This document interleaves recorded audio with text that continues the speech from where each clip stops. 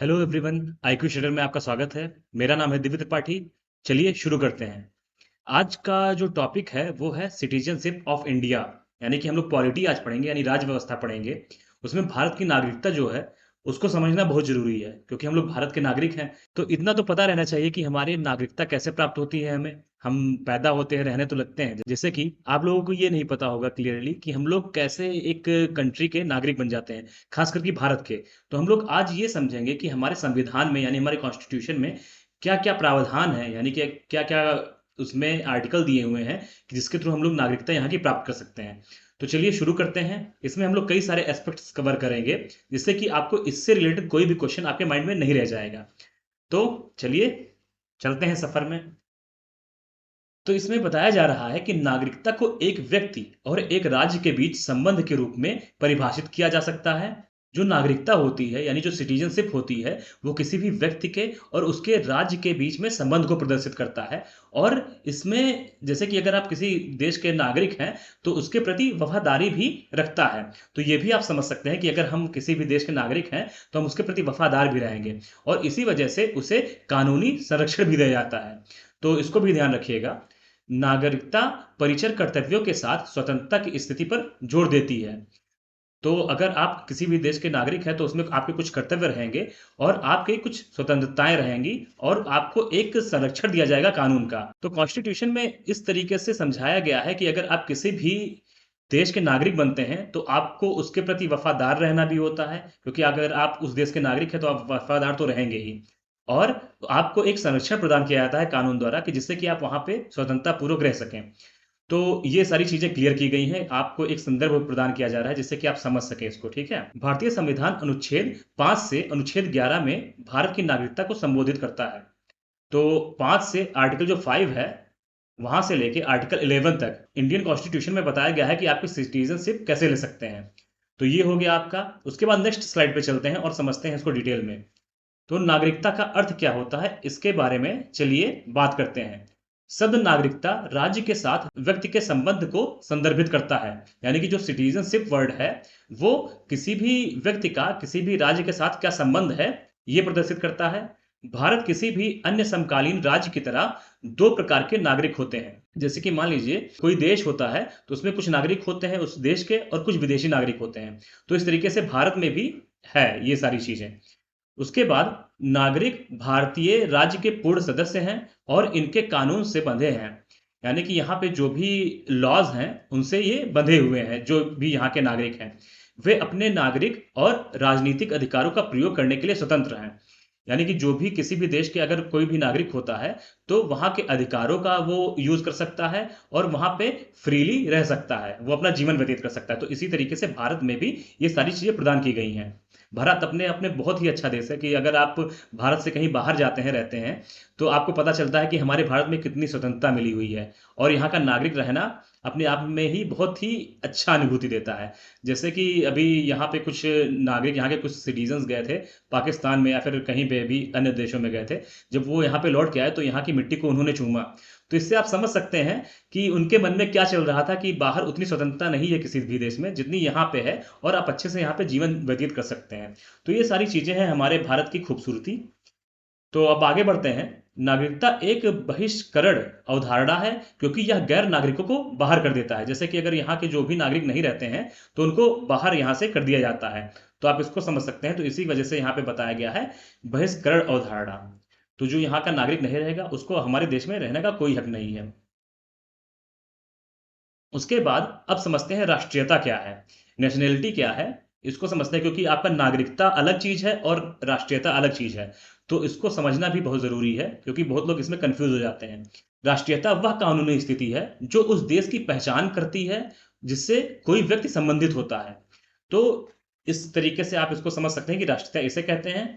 एक व्यक्ति की राष्ट्रीयता उस देश को दर्शाती है जिसमें वह पैदा हुआ था और एक कानूनी नागरिक है। ठीक है। उसके बाद स्थिति, जन्म, विरासत या प्रकटीकरण के माध्यम से प्राप्त की जा सकती है। किसी भी देश की जो नेशनैलिटी है उसको जन्म के द्वारा, यानी कि आप बर्थ के द्वारा, और इनहेरिटेंस के द्वारा, और नेचुरलाइजेशन के द्वारा आप इसको प्राप्त कर सकते हैं। किसी भी देश की राष्ट्रीयता है, यानी कि भारत देश में तो ऐसा ही आप समझ सकते हैं। उसके बाद हर राज्य मानदंड स्थापित करता है जो यह निर्धारित करता है कि संवैधानिक प्रावधानों के आधार पर देश के नागरिक कौन हो सकते हैं। यह देश को व्यक्ति पर अधिकार देता है। यानी कि अगर आप देश के नागरिक हैं तो उसके लिए क्या आपको ज़रूरी है, क्या मानदंड उसके लिए निर्धारित किए गए हैं, यानी कि क्या क्राइटेरिया बनाया गया है, वो सारी चीज़ें इसमें डिसाइड की जाती हैं। तो उसके लिए आपके कुछ कॉन्स्टिट्यूशनल प्रोविजंस हैं, जिसके द्वारा आप इसको समझ सकते हैं। या देश को व्यक्ति पर अधिकार देता है, यानी कि आपको एक इंडिविजुअल अथॉरिटी देता है किसी भी देश के लिए। तो इसको भी आप समझ सकते हैं। इसके बाद यह व्यक्ति को अन्य देशों से राष्ट्रीय सुरक्षा प्रदान करता है। अगर आप भारत देश के नागरिक हैं, तो आपको बाहरी देशों से कोई भी खतरा ना हो, कोई भी प्रॉब्लम ना आने पाए, इस चीज़ के लिए आपको राष्ट्रीय सुरक्षा प्रदान की जाती है, यानी कि नेशनल प्रोटेक्शन प्रदान की जाती है देश के द्वारा। तो ये सारे फायदे होते हैं किसी भी देश के नागरिक होने के, यानी कि भारत देश के बारे में ये बताया जा रहा है, तो भारत देश के नागरिक होने के ये सारे फायदे होते हैं। अंतरराष्ट्रीय सम्मेलनों के अनुसार प्रत्येक संप्रभु राज्य को राष्ट्रीयता कानून के तहत अपने नागरिकों को निर्धारित करने का अधिकार है। यानी कि जो भी अंतरराष्ट्रीय यानी इंटरनेशनल जो कन्वेंशन हुए हैं, उसमें बताया गया है कि आप अपने देश में नागरिकों के लिए कि जैसे क्या क्या प्रावधान होने चाहिए, आपके संविधान में क्या क्या चीज़ें होनी चाहिए, वो आप निर्धारित कर सकते हैं कि आप में ये नागरिक बन सकते हैं। जैसे कि आप एक रूल बना दें, आप कॉन्स्टिट्यूशन में रूल बना दें, आप कोई एक कानून लें कि हमारे देश में ऐसे-ऐसे लोगों को नागरिक होना चाहिए जिसके जिसके लिए ये मापदंड दिए गए हैं। तो ये सारी चीज़ें आप निर्धारित कर सकते हैं, ऐसा बताया गया है इंटरनेशनल कन्वेंशंस में। तो इसको आप ध्यान रखिएगा। अब बात करते हैं कि क्या डिफरेंस होते हैं नेशनैलिटी में और सिटीजनशिप में, यानी कि राष्ट्रीयता और नागरिकता में क्या अंतर होता है, इसके बारे में समझते हैं।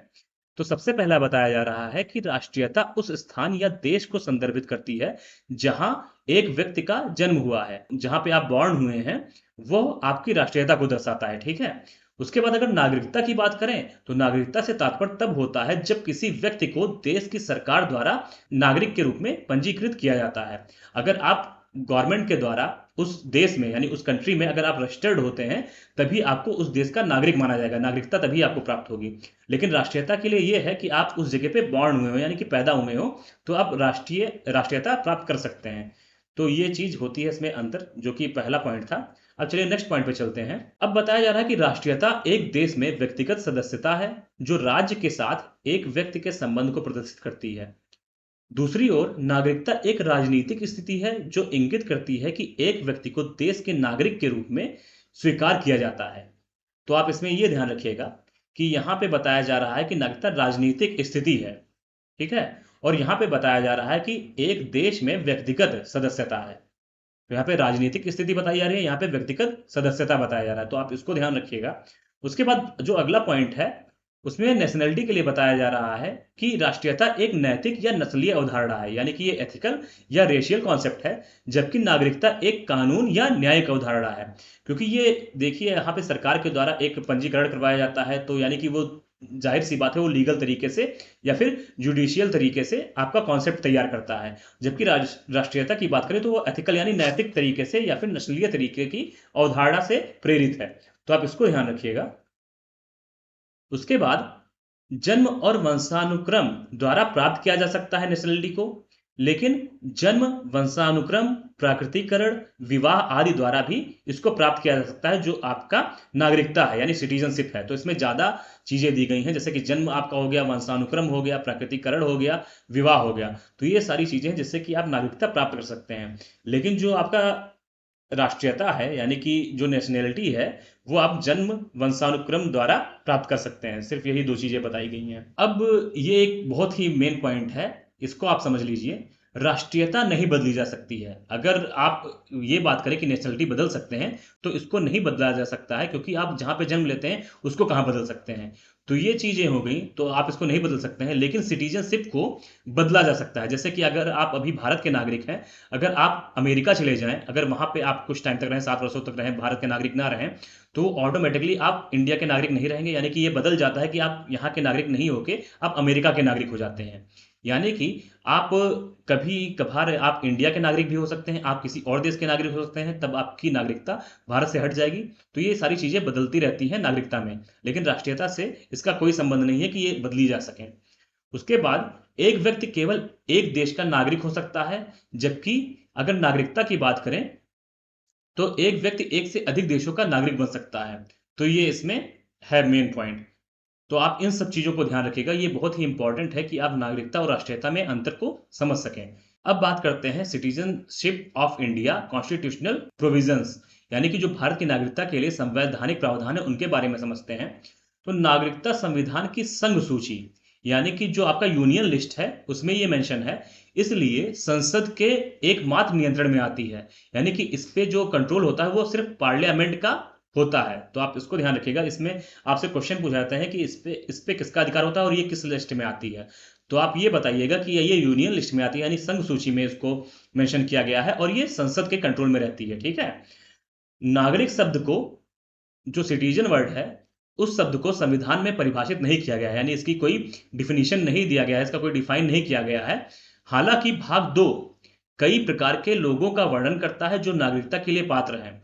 जो भाग 2 है संविधान का, उसमें उसमें जो आर्टिकल्स हैं 5 से लेकर 11 तक, उसमें नागरिक के बारे में बताया गया है, जो लोग नागरिक बन सकते हैं, पात्रता बताई गई है, ना कि नागरिक की डिफिनीशन बताई गई है, यानी कि डिफाइन नहीं किया गया है नागरिक को। सिर्फ कौन कौन वहां के नागरिक हो सकते हैं इसको मेंशन किया गया है। वो है आपका भाग 2 में आर्टिकल 5 से लेकर 11 तक। ठीक है। तो आप इसको ध्यान रखिएगा। उसके बाद संविधान के अन्य भागों के विपरीत जो 26 जनवरी 1950 को प्रभावी हुए, इन लेखों को 26 नवंबर सन 1949 को लागू किया गया, जिस दिन संविधान पर हस्ताक्षर किए गए थे। तो आप इनको ध्यान रखिए कि जो आपका नागरिकता है वो 26 नवंबर सन 1949 को ही लागू कर दिया गया था, जबकि जो कुछ अन्य प्रावधान थे वो 26 जनवरी सन 1950 को प्रभावी हुए थे। अब बात करते हैं कि जो नागरिकता के लिए मेंशन किया गया है पात्रता, जो भाग 2 में है कॉन्स्टिट्यूशन के, उसमें आर्टिकल 5 जो है उसके बारे में चलिए समझते हैं। भारत में पैदा हुए और पले बढ़े हुए सभी व्यक्तियों को नागरिकता प्रदान की गई है इस आर्टिकल के तहत। पहला ये पॉइंट हो गया। उसके बाद बताया गया है यहां तक कि वे लोग जो भी भारत में अधिवासित थे लेकिन वहां पैदा नहीं हुए थे, फिर भी उनके माता पिता में से एक का जन्म वहां हुआ था, उन्हें नागरिक माना जाता था। तो ये भी बताया गया है कि अगर उनके माता पिता में से कोई एक भी अगर भारत का नागरिक होगा तो भी उन्हें नागरिक माना जाएगा। उसके बाद कोई भी व्यक्ति जो 5 साल से अधिक समय तक भारत में रहा हो, वह भी नागरिकता प्राप्त करने के लिए पात्र है। तो ये भी इसमें मेंशन किया गया आर्टिकल 5 में। तो ये सारी चीजें आर्टिकल 5 में आई। अगर आर्टिकल 6 की बात करें, इसमें भारत में कुछ पाकिस्तानी प्रवासियों को नागरिकता के अधिकार प्रदान किए गए। आप इसको ध्यान रखिएगा। उसके बाद इसी में स्वतंत्रता से पहले विभाजन और प्रवसन के कारण अनुच्छेद 6 में कहा गया है कि कोई भी व्यक्ति जो 19 जुलाई सन 1949 यानी कि 19 जुलाई 1949 से पहले भारत आया था, स्वतः ही एक भारतीय नागरिक बन गया यदि उसके माता पिता या पूर्वजों में से कोई एक भारत में पैदा हुआ था। अगर हम बात करें कि विभाजन जिस टाइम पे आपका पार्टीशन हुआ था इंडिया का, तो उस टाइम पे प्रवसन के कारण आर्टिकल 6 में ये मेंशन किया गया कि कोई भी व्यक्ति यानी कि कोई भी पर्सन जो 19 जुलाई सन 1949 से पहले भारत में आया था, यानी कि इस डेट से पहले अगर भारत में आया था, वो स्वतः ही भारत का नागरिक बन जाएगा, वो सिटीजनशिप पा जाएगा भारत का, अगर उसके माता पिता यानी कि आपके पेरेंट्स जो हैं वो, या फिर उनके पूर्वज जो भी एंसेस्टर हैं वो, उनमें से कोई एक भारत में पैदा हुआ हो। तो ये एक प्रावधान किया गया कि जैसे कि पार्टीशन के समय बहुत लोग परेशान हुए थे इधर से उधर जाना, और कई लोगों का उसमें डेथ होना, और कई सारी ट्रेनें ऐसे गई कि जैसे लग रहा था कि आप एक बार उसकी डॉक्यूमेंट्री देखिएगा तो आपको और अच्छे से समझ में आएगा।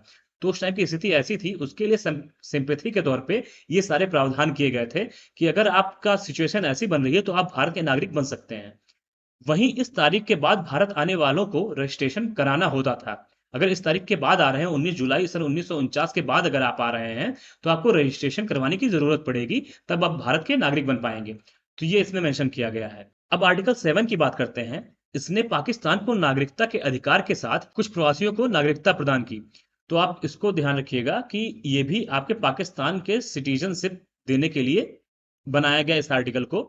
और इसमें आगे बताया जा रहा है, जो लोग 1 मार्च सन 1947 के बाद पाकिस्तान चले गए और बाद में पुनर्वास परमिट पर लौट आए हैं, उन्हें नागरिकता जाल में शामिल किया गया। कानून उन लोगों के प्रति अधिक सहानुभूति रखता था जो पाकिस्तान से पलायन कर गए थे, और उन्हें उन लोगों की तुलना में शरणार्थी के रूप में संदर्भित किया गया था जो पाकिस्तान में फंसे हुए थे या वहां गए थे लेकिन जल्द लौटने का फैसला किया था।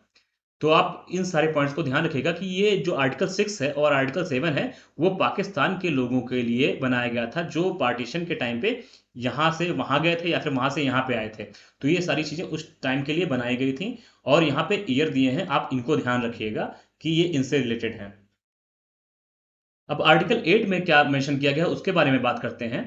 नागरिकता के अधिकार के साथ भारत के बाहर रहने वाले भारतीय मूल के कुछ व्यक्तियों को ये प्रदान किया जाएगा।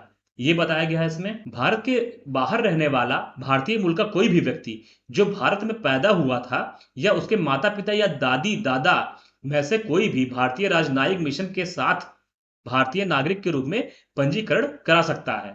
उसके बाद आर्टिकल 9 की बात करते हैं, तो उसमें बताया गया है कि यदि कोई व्यक्ति स्वेच्छा से किसी विदेशी राज्य की नागरिकता प्राप्त करता है, तो वह भारत का नागरिक नहीं रहेगा। तो अगर आपका बताया जाए कि किसी दूसरे देश में अगर आप नागरिकता ले लेते हैं, तो किस आर्टिकल के तहत आप भारत के नागरिक नहीं रहेंगे, तो आपको बताना है उसमें आंसर आर्टिकल 9। तो ये आप ध्यान रखिएगा, ये एक हिसाब से टर्मिनेशन के लिए भी बताया गया है कि आपकी नागरिकता टर्मिनेट हो जाएगी। उसके बाद आर्टिकल 10 में कहा गया है कि कोई भी व्यक्ति जो इस भाग के पूर्ववर्ती प्रावधानों में से, यानी कि जो भी प्रोविजंस दिए गए हैं इससे पहले, उनमें से किसी के तहत भारत का नागरिक है या माना जाता है, संसद द्वारा बनाए गए किसी भी कानून के प्रावधानों के अधीन ऐसा नागरिक बना रहेगा। तो इसमें बताया गया है कि जो भी पार्लियामेंट के द्वारा कानून बनाया गया है, कानूनी प्रावधान है, उनके तहत वो भारत का नागरिक बना रहेगा। इनमें से अगर आप जो भी पहले प्रावधान बताए गए हैं, अगर उसके तहत आप किसी भी पार्ट में आते हैं, किसी भी आर्टिकल में आते हैं तो। अब बात करते हैं आर्टिकल 11 की। तो आर्टिकल 11 में बताया गया है कि यह संसद को नागरिकता के अधिग्रहण और समाप्ति के साथ साथ इससे संबंधित सभी मामलों के संबंध में कोई भी प्रावधान करने का अधिकार देता है। तो कुल मिला के आर्टिकल 11 में आपके पार्लियामेंट को पावर हो जाती है कि नागरिकता को प्राप्त करना या फिर समाप्त करने के लिए कोई भी अगर मामले आते हैं, उनके संबंध में क्या क्या प्रावधान किए जा सकते हैं, उसका जो भी सारा कंट्रोल रहेगा वो पार्लियामेंट के पास रहेगा। ये इस आर्टिकल में मेंशन कर दिया गया है। तो यह अपने आप में एक संवैधानिक अधिकार बन जाता है संसद का। तो आप इसको ध्यान रखिएगा। उसके बाद भारत की नागरिकता अधिनियम और संशोधन की बात करते हैं। तो इसमें citizenship of Indian acts and amendments, तो ये सारी चीजें बताई गई हैं। तो सबसे पहला जो है नागरिकता अधिनियम 1955 अधिग्रहण। तो इसमें बताया गया है कि आप किस तरीके से नागरिकता प्राप्त कर सकते हैं। तो सबसे पहला है जन्म से प्रदत्त नागरिकता, यानी कि सिटीजनशिप जो है वो आपके पैदा होते ही स्टार्ट हो जाए, तो वो आपका पहला है बर्थ से। आपका पहला हो गया बर्थ। उसके बाद दूसरा जो है वो है वंश के माध्यम से नागरिकता, यानी कि अगर आप वंशानुगत तरीके से इस नागरिकता को प्राप्त कर सकते हैं भारत की। सिटीजनशिप थ्रू रजिस्ट्रेशन, यानी कि पंजीकरण के माध्यम से आप प्राप्त कर सकते हैं यहाँ की नागरिकता। उसके बाद प्राकृतिक तौर पे भी आप नागरिकता प्राप्त कर सकते हैं यहाँ की, यानी कि नेचुरलाइजेशन के द्वारा भी यहाँ की भारत की नागरिकता आप प्राप्त कर सकते हैं। तो यह भी एक तरीका है।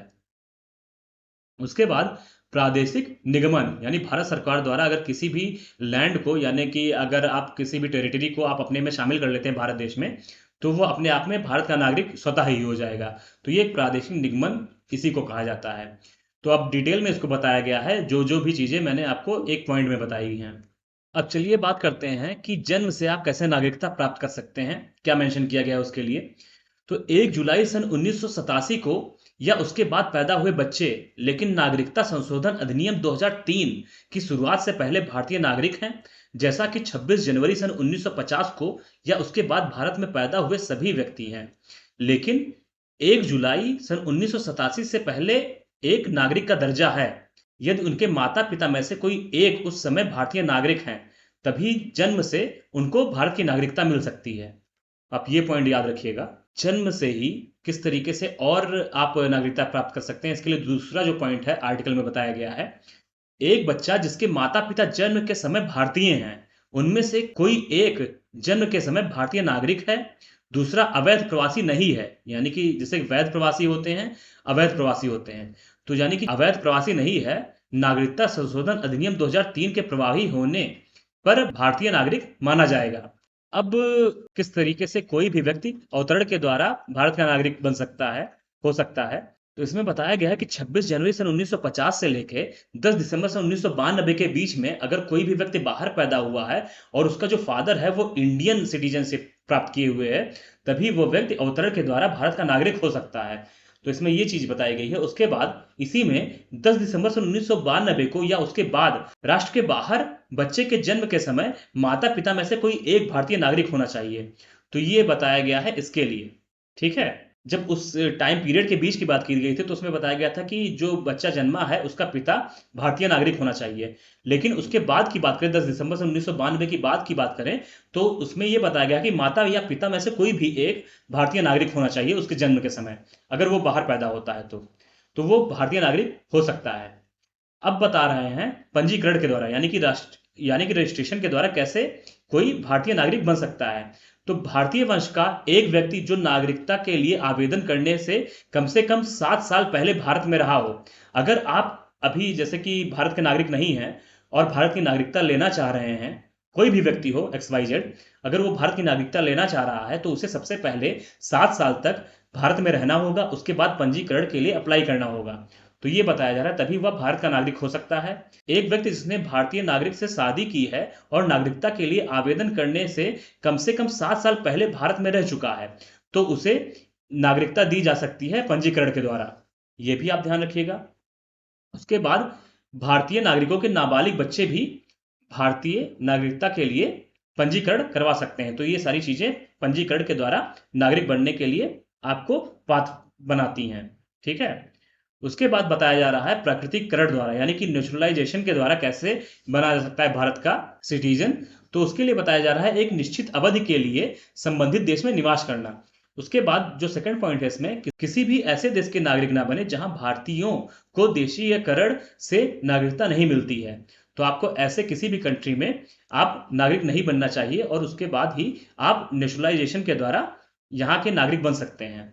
उसके बाद अन्य देशों की नागरिकता त्यागना और भारत की नागरिकता स्वीकार करना।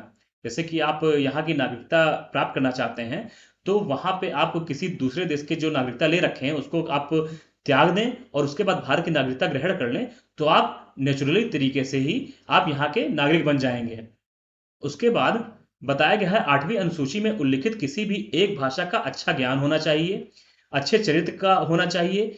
एक विशेष प्रावधान के तहत छूट दी गई है कि यदि किसी व्यक्ति ने विज्ञान यानी साइंस, दर्शन यानी कि फिलॉसफी, और उसके बाद कला यानी कि आर्ट, साहित्य यानी लिटरेचर, और विश्व शांति यानी कि वर्ल्ड पीस, या फिर मानव विकास के क्षेत्र में यानी कि ह्यूमन डेवलपमेंट के क्षेत्र में अगर विशेष कार्य किया हो, यानी कि अपना एक स्पेशल कार्य किया हो उसमें, इस क्षेत्र में, इन सारे क्षेत्रों में से किसी भी एक में, तो वह उपरोक्त शर्तों के पूरा किए बिना प्राकृतिकरण द्वारा नागरिकता प्राप्त कर सकता है। नेचुरलाइजेशन के द्वारा जो पहले बताया गया है कि नागरिकता प्राप्त करने के लिए जो नियम बताए गए हैं उनको ना भी करे, लेकिन अगर उसने इन सभी क्षेत्रों में से, यानी कि आपका साइंस हो गया, आर्ट हो गया, फिलॉसफी हो गया, लिटरेचर हो गया, वर्ल्ड पीस हो गया, ह्यूमन डेवलपमेंट हो गया, या फिर आप इन सभी चीजों में से किसी एक को आप अच्छे तरीके से उस फील्ड में एक्टिविस्ट हो या फिर अच्छा कार्य कर रहे हो, तो आप यहाँ की नागरिकता स्वतः प्राप्त कर सकते हैं प्राकृतिकरण द्वारा यानी नेचुरलाइजेशन द्वारा।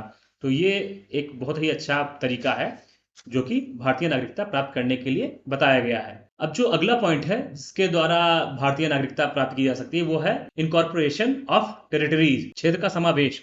जैसा कि मैंने बताया कि किसी भी प्लेस को अगर आप इंडिया में एक्वाजिशन कर लेते हैं सरकार के द्वारा किसी भी क्षेत्र को अधिग्रहण कर लिया जाता है, तो अपने आप में वहाँ के जो सिटीजन्स होते हैं वो भारत के नागरिक स्वतः ही हो जाएंगे। तो उसी तरीके से इसमें एग्जाम्पल्स के तौर पे भी बताया गया है, यदि कोई अतिरिक्त क्षेत्र भारत के क्षेत्र में जोड़ा जाता है या कर लगाया जाता है तो वो इसका नागरिक हो जाएगा, जो भी इसमें रहेंगे। 1974 में सिक्किम उदाहरण के लिए भारत के साथ एकजुट हुआ था। यानी जो सिक्किम की बात करें तो उसका भी ऐसे ही अधिग्रहण करके, यानी कि उसको जोड़ा गया था अपने भारत में, और वहां के नागरिक हमारे नागरिक हो गए थे। तो इस तरीके से उनको नागरिकता प्राप्त हुई थी भारत की। परिणाम स्वरूप यदि सिक्किम के लोग भारतीय नागरिक बन जाते हैं तो भारत सरकार यह सुनिश्चित करेगी कि उस क्षेत्र के लोग भारतीय नागरिक बन जाएं। तो ये सारी चीजें बताई गई।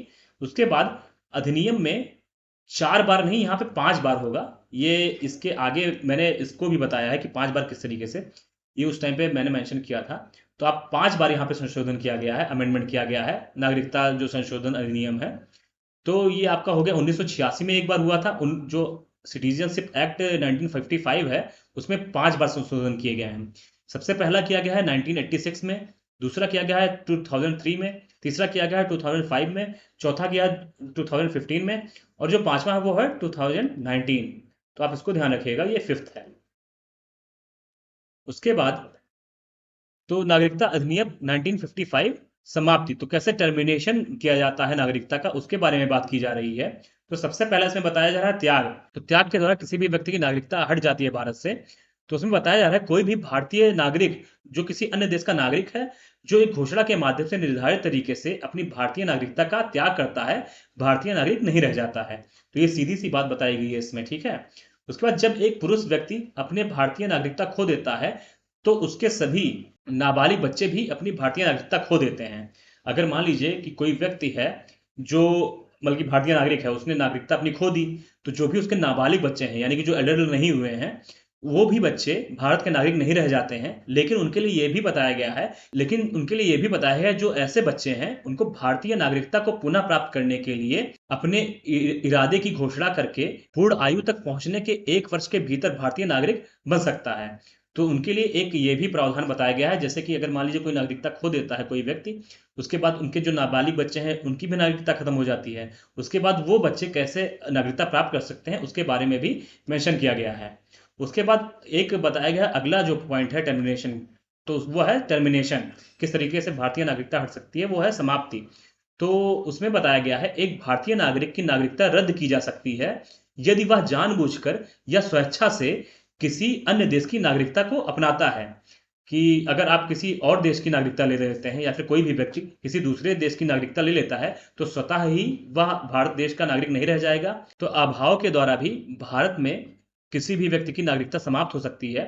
जैसे कि कुछ मामलों में भारत सरकार किसी व्यक्ति को उसकी नागरिकता से वंचित कर सकती है, हालांकि यह सभी नागरिकों पर लागू नहीं होता है। उसके बाद यह केवल उन नागरिकों पर लागू होता है जिन्होंने पंजीकरण, प्राकृतिकरण या अनुच्छेद 5 खंड सी के आधार पर नागरिकता प्राप्त की है, यानी कि जिसने रजिस्ट्रेशन करवाया है, नेचुरलाइजेशन के द्वारा नागरिकता प्राप्त की है, या फिर आर्टिकल 5 का सी है उसके आधार पर अगर नागरिकता प्राप्त की है, तो उसके साथ ही ये वाला जो अभाव वाला जो कंडीशन है वो लागू होता है। उसके द्वारा ही इसका जो भी भारतीय नागरिक हैं या फिर जो भी लोग हैं उनकी नागरिकता समाप्त हो जाती है भारत से। अगर मैं इसको सामान्य भाषा में समझाऊं तो ये है, इसमें बताया गया है कि इसमें किस तरीके से नागरिकता हट सकती है और उसके लिए जो ये प्रावधान बताए गए हैं उसमें क्या चीजें आती हैं। तो इसमें बताया गया है भारत में एक अधिवास के लिए प्रारंभ में नागरिकता है, और जो सामान्य रूप से 5 वर्ष से कम समय तक भारत का निवासी रहा है संविधान के प्रारंभ से ठीक पहले। तो ये अगर कंडीशन होती है, तो उस कंडीशन में भी जो अभाव टर्म है उस तरीके से यहाँ की नागरिकता समाप्त हो सकती है। तो कुल मिला के आपको ये टर्म और ये सारी भाषाएं अगर थोड़ा क्लिष्ट लग रही हो, बहुत ही टफ लग रही हो, तो आप सीधे भाषा में ये समझ लीजिए कि कुछ ऐसे पॉइंट्स हैं जिनके द्वारा भारत सरकार एक निर्णय ले सकती है कि इसको भारत का नागरिक नहीं रहना चाहिए। तो ये सारे पॉइंट बताए गए हैं जिसमें पंजीकरण, प्रकटीकरण और अनुच्छेद 5 में जो भी मेंशन है वो उस पे ही ये सारी चीजें लागू होती हैं। तो आप इनको ध्यान रखिएगा। उसके बाद अब बात करते हैं 2019 की जो नागरिकता संशोधन विधेयक है उसके बारे में, क्योंकि ये बहुत ही इंपॉर्टेंट पॉइंट है और बहुत ही चर्चा का विषय भी रहा है। तो इसमें बताया गया है कि पाकिस्तान, बांग्लादेश और अफगानिस्तान के 6 समुदाय, उसमें हिंदू, सिख, बौद्ध, जैन और पारसी, और उसके साथ ही साथ ईसाइयों के सदस्यों को ईसाइयों के सदस्यों को भारत में रहने की अनुमति दी जाएगी यदि वे 14 दिसंबर 2014 से पहले पहुंचे। तो इन सभी लोगों के लिए बताया गया है, और उसमें मुस्लिम्स को नहीं मेंशन किया गया था, इस वजह से भी काफ़ी सारी कंट्रोवर्सी हुई थी। लेकिन उसका भी एक अपना कारण था कि जैसे आप समझ लीजिए कि जहाँ पे माइनॉरिटी है और मेजॉरिटी है, ये सारी चीज़ें बहुत ही मायने रखती हैं। अगर हम देखते हैं कि बांग्लादेश की बात करें तो वहाँ पे माइनॉरिटी में हिंदू हैं और जैन हैं, बौद्ध हैं, ये सभी लोग हैं, और मेजॉरिटी में आपके मुस्लिम्स हैं। तो अगर ये सारे नियम बनाए जा रहे हैं जैसे कि पाकिस्तान, बांग्लादेश और अफगानिस्तान के लिए, तो वहाँ पे जब मुस्लिम्स मेजॉरिटी में है, तो अगर हिंदू, सिख, बौद्ध, जैनियों के लिए ये सारी चीज़ें बताई जा रही हैं, स्पेशल प्रोविजंस दिए जा रहे हैं, तो उसमें इतना बवाल करने की ज़रूरत नहीं है। कुछ सोच समझ के ही उन्होंने डिसीजन लिया होगा। बस मैंने अपना पॉइंट ऑफ व्यू बताया, आपका भी पॉइंट ऑफ व्यू अपना हो सकता है और आप उसके लिए स्वतंत्र हैं। यह नागरिकता के लिए आवश्यक समय को भी 11 से घटाकर 6 वर्ष कर देता है। यानी कि पहले जो टाइम था वो 11 था, अब हो गया है 6 वर्ष। तो इसको भी आप ध्यान रखिएगा। और इसके साथ ही जो ये प्रवासी हैं जिनको मेंशन किया गया है, उनके लिए दो अधिसूचनाओं के अनुसार पासपोर्ट अधिनियम और विदेशी अधिनियम से भी छूट दी गई थी। ठीक है। असम में बड़ी संख्या में संगठनों ने इन विधेयकों का विरोध किया है जो अवैध बांग्लादेशी हिंदू प्रवासियों को नागरिकता प्रदान कर सकता है। तो असम में अपने आप में ही आप देख रहे होंगे कि यहाँ पे जो प्रवासी हैं वो अवैध तरीके से बहुत सारे यहाँ पे घुस जाते हैं, और यहाँ पे कई टाइम पे यहाँ पे विरोध भी किए गए हैं जो वहाँ पे पार्टियां हैं। और उसके बाद राजीव गांधी सरकार ने भी वहाँ पे हस्ताक्षर किया था कि हाँ, यहाँ पे अवैध लोगों को नहीं लाया जाएगा, और कई सारी चीज़ें ऐसी हुई थी जो कि असम में बहुत ही कंट्रोवर्सी पैदा करती हैं। तो इसीलिए यहाँ पे बताया जा रहा है कि असम में बड़ी संख्या में संगठनों ने विधेयक का विरोध किया था, क्योंकि वहाँ पे वैसे ही यहाँ पे इतनी प्रॉब्लम चल रही थी अवैध प्रवासियों की, और उसके बाद आप ये भी यहाँ पे लागू कर रहे हैं तो फिर आगे प्रॉब्लम आएगी। तो इस वजह से इन लोगों ने विरोध किया। उसके बाद बिल का औचित्य यह है कि बांग्लादेश में हिंदू और बौद्ध अल्पसंख्यक हैं, और बौद्धिक और धार्मिक उत्पीड़न से बचने के लिए भारत भाग गए। लेकिन बांग्लादेश में मुस्लिम बहुसंख्यक हैं और उन्हें एक श्रेणी में नहीं कहा जा सकता है। तो वही चीज बताई गई है जो मैं अभी आपको पहले ही बता रहा था, कि वहां पे बहुसंख्यक और अल्पसंख्यक की वजह से ही ये सारे टर्म्स बताए गए हैं और ये सारी चीजें लागू की गई हैं। तो कुल मिला के हम लोगों ने भारतीय नागरिकता कैसे प्राप्त कर सकते हैं, क्या क्या प्रावधान है संवैधानिक तौर पे, ये सारी चीज़ें हम लोगों ने अच्छे तरीके से समझी, और कुछ उसमें एडिशनल पॉइंट भी समझे। इसके आगे हम लोग जो भी अन्य इससे जुड़े हुए टॉपिक्स हैं उनको भी पढ़ेंगे, जो कि बहुत ही इंपॉर्टेंट है, आपके एग्जाम से बहुत ज़्यादा पूछे जाते हैं। तो वो सारी चीज़ें मैं नेक्स्ट वीडियो में लाऊंगा। और अगर आपको आज का वीडियो अच्छा लगा हो तो आप लाइक करें, कमेंट करें, शेयर करें, और सब्सक्राइब करना बिल्कुल भी ना भूलें, क्योंकि जब आप सब्सक्राइब करेंगे तो मुझे मोटिवेशन मिलेगा और मैं आगे ऐसे ही वीडियोस आपके लिए लाता रहूँगा। आपको आने वाले एग्जाम्स में आपकी सफलता सुनिश्चित हो सके तो आप इसके लिए सब्सक्राइब जरूर करें। तब तक के लिए थैंक यू सो मच, और लव यू ऑल।